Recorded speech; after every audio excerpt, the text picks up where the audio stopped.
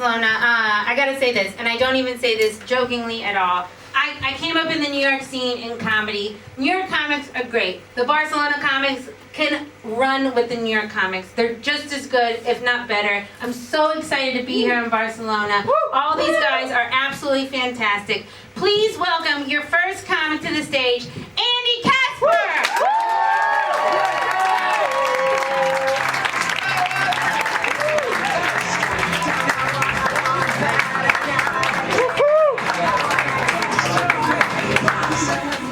Thank you, yeah. Hey everyone, my name's Andy, from the UK.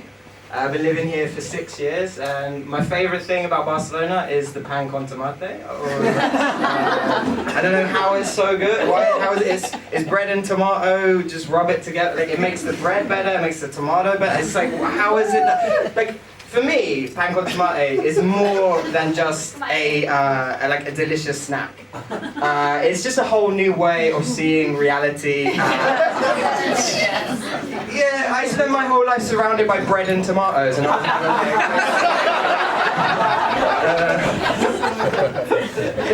it makes you wonder what else is good. You know what I mean? Like, oh, if I rub a banana on a grape. If I rub a chicken on a potato, if I rub my penis with my hand, is that? That one's nice. That's a free one from me.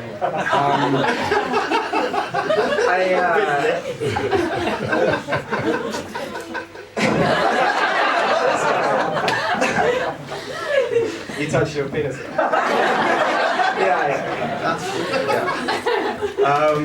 Yeah, no, but the thing is, I haven't always loved pan con tomate. I haven't. When I first arrived here, I didn't speak any Spanish, and I went to a restaurant. I saw pan con tomate on the menu. I was like, oh.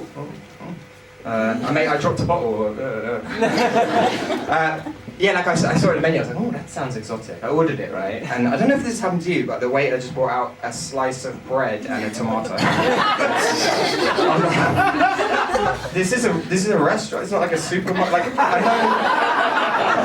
I know food's bad in the UK, but they tend to like apply heat to it, or like they cut it up. It's not just ingredients from it. It's an actual.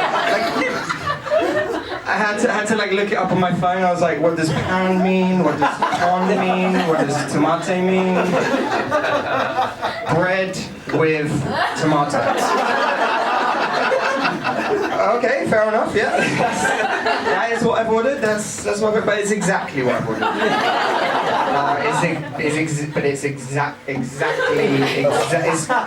It's a very literal naming policy for food.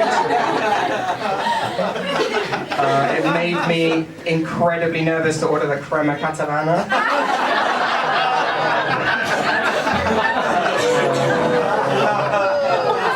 I don't want a plate of sperm from some guy called Jordan. One profito. Oh, it tastes like Romesco's.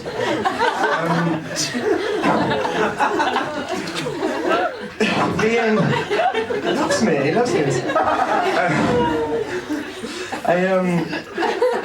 Like being British here, you have to put up with like the stereotypes of British people, and they're all the stereotypes for tourists, right? But you live here, and I don't know if you get this. This annoys me. I find this like rude. You go into a restaurant and you talk in Spanish to the waiter, and they talk back to you in English. I find that so rude. You know what I mean? Like you go in there, you're like, oh, disculpa, tienes una mesa para dos personas? They're like, yeah, I have a table for 2 people. You're like, come on, man, don't do me like that, man. Come on, I'm better than those other British people. Come on, I'm making an effort, man. I learned your language, man. And then they always say something like, "Hablas catalán?" You're like, oh, fair enough, yeah. Just give me a jug of sangria and some paella, and let's dive first into this stereotype, you know. But like I feel like Spanish people, Catalan people, like you guys are like more direct, you know? You're so much more direct, and I love it. I wish I was more like that. Like British people, we are too polite, and it ruins our lives. I'll give you an example. You'll all have had this experience, right? You'll be at a party, you'll have met someone, and the conversation will go like this. You'll be like, oh yeah, that's really interesting, yeah. But in your head, you're like, oh, there's something deeply wrong with this person. You all had that experience, you know, like, oh yeah, I think the vaccine makes you magnetic as well. all had that experience. Well, like, British people, we will carry on talking to that person for the rest of the evening. We will agree to go for coffee with them the next day. We will become their friends. Eventually, we'll agree to marry them. It's 40 years of loveless marriage. It's our lives, you know, it's terrible. I wish we could be more Spanish, you know, more direct. But like, I think like I'm losing that British politeness just a little bit, like having lived here for 6 years, you know? Like I was at a party about a year and a half ago, and like very small party, obviously pandemic, and I had that thing of like, oh yeah, there's something wrong, well yeah, something wrong with this person, right? The conversation was like, oh, you're looking for work. Oh, it's a really tough time in the middle of the pandemic to be looking for work. Oh, it's really difficult. What do you do? Oh, I'm a biochemical researcher specialising in viruses. I was like, I made a joke about it. I was like, how you'd think, you know, in the middle of the pandemic, a biochemical researcher specialising in viruses would have a job right now. But then in my head I was like, no, seriously, why don't you have a job? What the fuck is wrong with you? How do you not have a job right now? You're a biochemical researcher specialising in viruses. You can't find a job in 2020. Are you the worst biochemical researcher? Fucking world. What the hell is what? Oh, I can't find something to research. Like, what the fuck is wrong? Like, are you tasting the samples? Because you shouldn't taste the samples. They're not those kinds of samples. You shouldn't be doing that. And I was thinking, like, can you imagine like what she was saying in the job interviews to not get a job? They'd be like, yeah, we're in the worst pandemic the world's ever seen. We need all the biochemical researchers we can get. This job interview is more or less a formality, but you know, tell me about yourself. What the fuck can she have said to not get a job? Oh, I'm a committed paedophile. I can't read. About a year ago, I was head of security at the coronavirus lab in Wuhan. At the time, I was working nights at something called a wet market. I was in charge of the pangolins. They were like, don't fuck the pangolins. I was like, no, I'm gonna fuck the pangolins. How many samples do I get with this job? Yeah, you didn't get the job. But this is how I know that I've kind of like lost my like kind of British politeness just a little bit, right? Because she asked me what I did for a living, right? And I was a prick. I go, oh, I'm the CEO of Zoom, but it's been a terrible year for us. Oh, that's cool.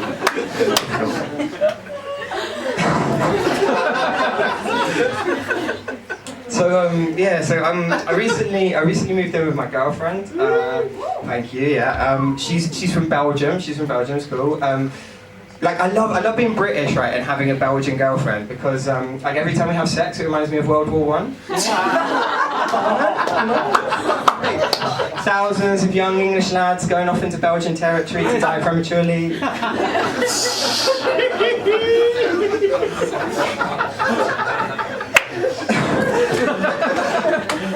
For the British people in the audience, I wear a poppy while I'm having sex with her. For those of you that don't worry if you understand that. No, but so like my girlfriend, right? She loves, so like you know you move in together and you get to know each other a bit better, right? And it turns out she fucking loves cat videos, you know. She's always watching little cat videos. The other day, she's always trying to show them to me, like, oh, isn't this funny? I'm like, yeah, it's funny. The other day, she showed me though, like something that was just really fucked up. Her friend has a brother and sister cat. They're part of the same litter, right? And the brother cat has got old enough. Did someone go, oh? No, I was just in my head, I'm just hearing voices, having flashbacks. No, they're like a brother and sister cat, and the brother cat has started like having sex with his sister, right? Yeah, right. Thank you for that reaction. Did you? She showed me the video. She's going, isn't he naughty? What the fuck is wrong with you? It's like this cat incest fucking. Like what the fuck? And like the thing is, right? I'm always trying to get her like to watch porn with me, right? And she's like, no, that's disgusting. I was like, you're watching fucking fully like incest cat fucking, and that's fine. Like at least the porn is people. Do you know what it's people? And the incest is like stepbrother. You know, it's stepsister. No, this is full on actual brother and sister cat fucking. She's showing me going, isn't he naughty? Also, the word naughty for me is far too gentle a word to describe incest fucking. Naughty. Imagine if I started fucking my dad, you wouldn't start showing videos of it to your friends being like, ha, look at this silly Billy, ha! It's fucking wrong.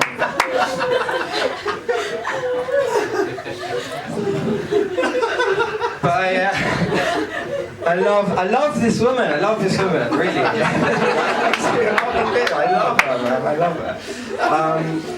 Before I met her, I was lonely. I was fucking sad. I was living that kind of like depressing single guy who's like on Tinder all the time. You know that fucking lifestyle? Like, I wish I was dead. I wish I was dead. I wish I was dead. Oh, I got late. I wish I was dead. I wish I was dead. You know that lifestyle? Like. Yeah, I remember I went to go and see that film Us by myself. Like, that's lonely. But yeah, like I had to go up to the ticket office and be like, oh, can I have one ticket for Us?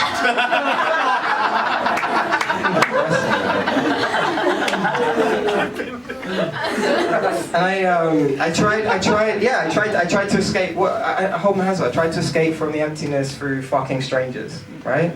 And it really works. Oh, it doesn't work. It doesn't work. You all know that. We all know it deep down inside, right? You all know that, right? It doesn't work. It leaves you more empty. And I think the moment I realized that like this lifestyle wasn't filling me up right, I was having sex with this girl, and it was going well. I was doing my job well, you know. And I know because and then she was into it. She was like, "Oh, fuck me any way you want," right? And in my head, I was like, "Can I fuck you in a way that fills the deep spiritual chasm inside my soul?" But it's weird, right? Because like when I came to speak, right, the words that came out of my mouth were, "Up the bum."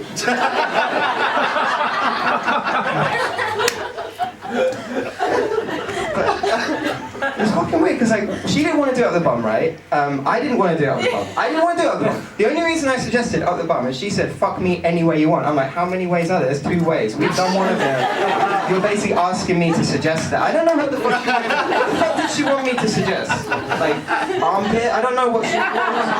What was I supposed to say? Well, anyway. We compromised on doggy style, okay? And she was from South America, this girl, okay? And we had sex, and like I said before, I was doing a good job, okay? And here's more evidence for it. She starts going, "Oh, papi, papi." Fucking daddy! She's calling me the daddy, ladies and gentlemen, if you can believe such a thing. Me! Now, I don't know if you know this, I'm not the most masculine man in the world, you can tell. For me, this was the pinnacle of my masculinity. Yeah, I'm the daddy, baby. Fucking, yeah, but I have this thing, I don't know if you guys ever have this, intrusive thoughts. Do you ever have intrusive thoughts? Yeah? And for those of you sitting there don't know what they are, I'll try and explain. Intrusive thoughts are thoughts that come from your own mind that bother you, and you're like, shut up, please don't. You know, do you know what I mean? Like, I'll give you an example. Like, you've got like you'll have like a performance review at work or whatever, and your boss is like, so, you know, how do you think it went? And you're like, well, say fuck you.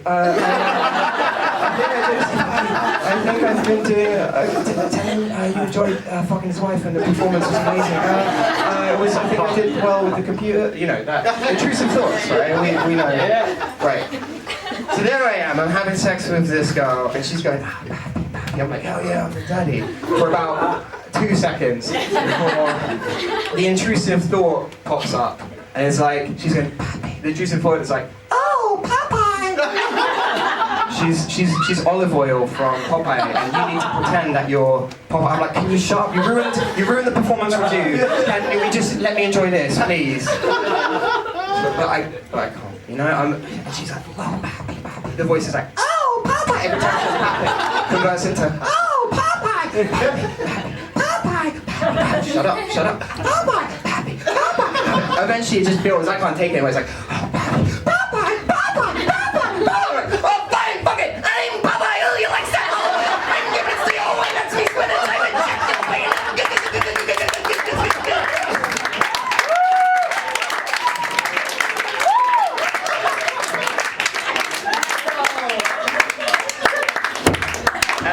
Ladies and gentlemen, that is why you should never ask a comedian to fuck you anyway.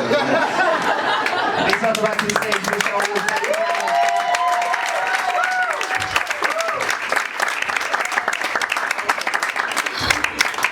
Hey, Casper, everybody! There's delightful, wholesome fun for the whole family. How's doing? Good? Yeah.